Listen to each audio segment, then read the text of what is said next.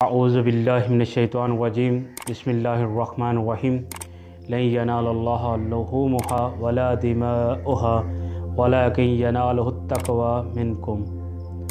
खुदावंद मुतआल कुरान मजीद की इस आयत में दौर जahलियत के लोगों को, वो लोग जो अपने खुदा के लिए कुर्बानी किया करते थे, फिर उसका गोश्त लाकर खाना काबा के सामने रख देते थे और उस गोश्त लाकर खाना काबा के सामने रख दिया करते थे और खून जो है वो दीवारों पर लगा दिया करते थे। खुदावंद मुतआल उन लोगों को मुखातिब होकर फरमा रहा है कि खुदा के नज़दीक जो मोहतरम है वो ना खून है ना ये गोश्त है, बल्कि खुदा के नज़दीक जो मोहतरम है वो है तुम्हारा तकवा।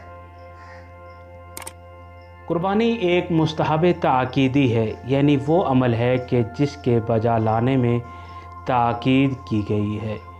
यहाँ तक कि अगर कोई शख्स किसी वजह से जानवर नहीं ख़रीद पाता तो उस शख्स के लिए मुस्तहब है कि उस जानवर की कीमत जो है वो सदका दे। और एक ही जानवर अगर ख़रीद कर पूरे अहलो अयाल की कुर्बानी की जा सकती है। कुर्बानी का असल वक्त जो है, कुर्बानी का असल यौम नहर जो है वो है 10 ज़िलहजा। 10 ज़िलहजा को तुलुए शम्स से लेकर नमाज ईद से पहले कुर्बानी करना बेहतर है। यानी इस वक्त जो है ये अफजल तरीन वक्त जो कुर्बानी का है वो तुलुए शम्स से लेकर ईद से पहले करना। कुर्बानी नमाज ईद के बाद भी की जा सकती है, लेकिन अफजल तरीन जो वक्त है तुलुए शम्स से लेकर नमाज ईद तक है। और जो जानवर ज़िबा कुर्बानी के लिए करना हो, जो जानवर कुर्बानी के लिए मुशख़्ख़स किया गया हो, वो बेऐब हो, उसमें किसी किस्म का कोई ऐब ना हो और ना ही इतना दुबला पतला लागर कमज़ोर हो। मुस्तहब है कि जानवर सही व सालिम और मोटा होना चाहिए। जब जानवर ज़िबा करने लगें तो जानवर को पानी ज़रूर पिलाएं, जानवर को पानी कम से कम पानी ज़रूर दिखाएं और जानवर ज़िबा करते वक्त जानवर का रुख जो है वो किबला की तरफ होना चाहिए। और लाजिम है कि जो ज़िबा करने वाला हो, कसाई कसाब जो हो, वो मुसलमान हो और वो तकबीर अदा करे, वही जो आम रूटीन में पढ़ी जाती है। और एक और तकबीर और दुआ भी है जो मफाती और दीगर दुआओं की किताबों में मौजूद है। अगर वो ना भी पढ़ी जाए तो कम से कम वही तकबीर जो आम रूटीन में पढ़ी जाती है उसका पढ़ देना ही काफ़ी है।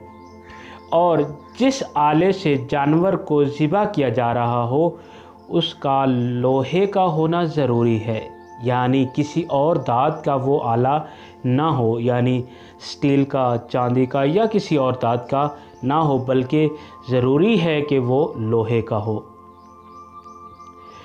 और गोश्त के 3 हिस्से किए जाएं, एक हिस्सा अपने लिए, अपने अहलो अयाल के लिए, और एक हिस्सा अपनी फैमिली, अपने खानवादे में से उन लोगों के लिए जो कुर्बानी की इस्तिताअत नहीं रखते थे, और एक हिस्सा उन लोगों के लिए जो महल्ले में फ़ुकरा हैं, मसाकीन हैं, मुसलमान हैं, उनके लिए। और याद रहे कि कुर्बानी के जानवर का जो चमड़ा है, जो खाल है, वो सदका है, उसको कसाब को बतौर उजरत वो नहीं दी जा सकती, वो सदका है। वो किसी इदारे में दे सकते हैं, या बेहतर ये है कि अगर महल्ले में कोई गरीब फ़ुकरा हैं तो उन तक वो पहुँचाएँ। दुआ है कि खुदावंद मुतआल हमें हकीकी मानों में ईद गुज़ारने की तौफ़ीक़ अता फ़रमाए, उस तरह ईद गुज़ारने की तौफ़ीक़ अता फ़रमाए जिस तरह खुदा और रसूल हम पर राज़ी हों। बल्कि इमाम मासूम फरमाते हैं कि ईद, हर वो दिन ईद है कि जिस दिन इंसान मासियत खुदा न करे।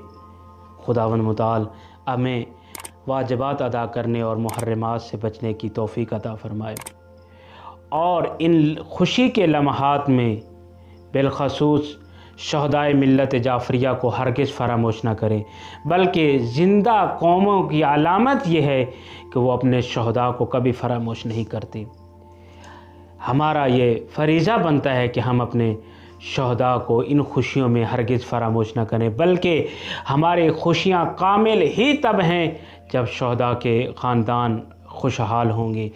दुआ है कि खुदावंद मुताल शहदा के दर्जात आली हैं, मुताली फ़रमाए, हमें शहदा के राह को, उनके मिशन को कामयाब करने की तौफ़ीक़ अता फ़रमाए और इन खुशी के लम्हात में अपने मरहूमिन को भी हरगिज़ फरामोश न कीजिएगा। इन ईद की खुशियों में कम अज़ कम उनके लिए एक ईदी का जो हदिया है, एक ईदी का जो तोहफ़ा है, वो कम अज़ कम सूरह अल-हम्द और 3 दफ़ा सूरह इखलास लाज़मी उनको हदिया कीजिएगा।